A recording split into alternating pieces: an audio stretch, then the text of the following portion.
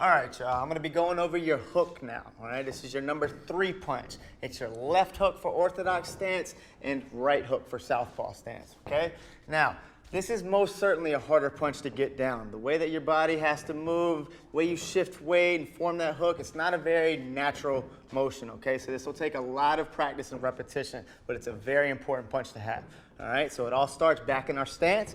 Now, I'm gonna demonstrate this off of your cross. I find it's easier to learn when you're pulling that right hand back in to whip your body the way the hook moves, all right? So I'm gonna get my cross out, right? Now, I'm gonna go through it very slowly and kind of break it down for you, all right? As I move that right hand back to my head, it's timed with my back foot finishing the pivot, so that comes back. Now, when I'm here, my left foot starts to come up, turning my hip a little bit, shifting a little weight to that back leg, and the hook is formed. Now how I go thumb up, and my chin is tucked behind that shoulder, and I'm gonna drive my knuckles through the target as I pivot that front foot, finishing with a little bit more weight on my back leg, just like this.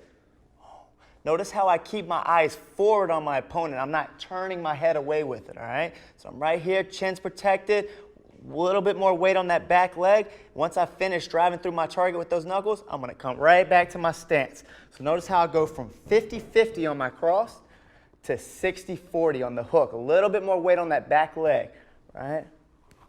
Boom, all right? And back to my stance. 2, 3, finish, right? I'm gonna put it together a little faster and really notice how this punch whips. I'm driving through my target.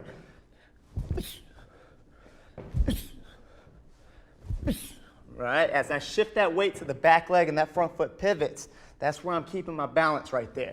I find it's very common when learning this punch, this is the more natural thing that you're inclined to do. You wanna sit forward on it. All your weight goes to that front leg, and you can see for multiple reasons why this is incorrect, right? I'm out there close to my target to get hit, my opponent, and all my weight's right there. Even if I block the punch right there, all my weight on this front leg is gonna knock me over just like that. So it's very important that weight shifts back, and you can even practice this without even throwing the punch. Just get used to the shifting of your body, your lower body, scissoring those knees from here to here and finish. Pivot, pivot, finish, all right?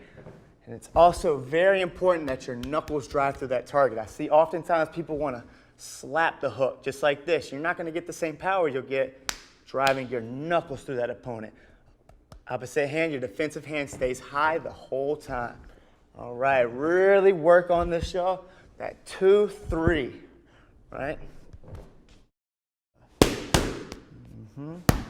Notice how her feet are pivoting, shifting that weight back to the back leg, scissoring those knees in. Now, all together, she's gonna really put it together now, faster, it's gonna really pop. Good. Opposite hand high as she turns that hook. Chin behind her shoulder. One more. Good.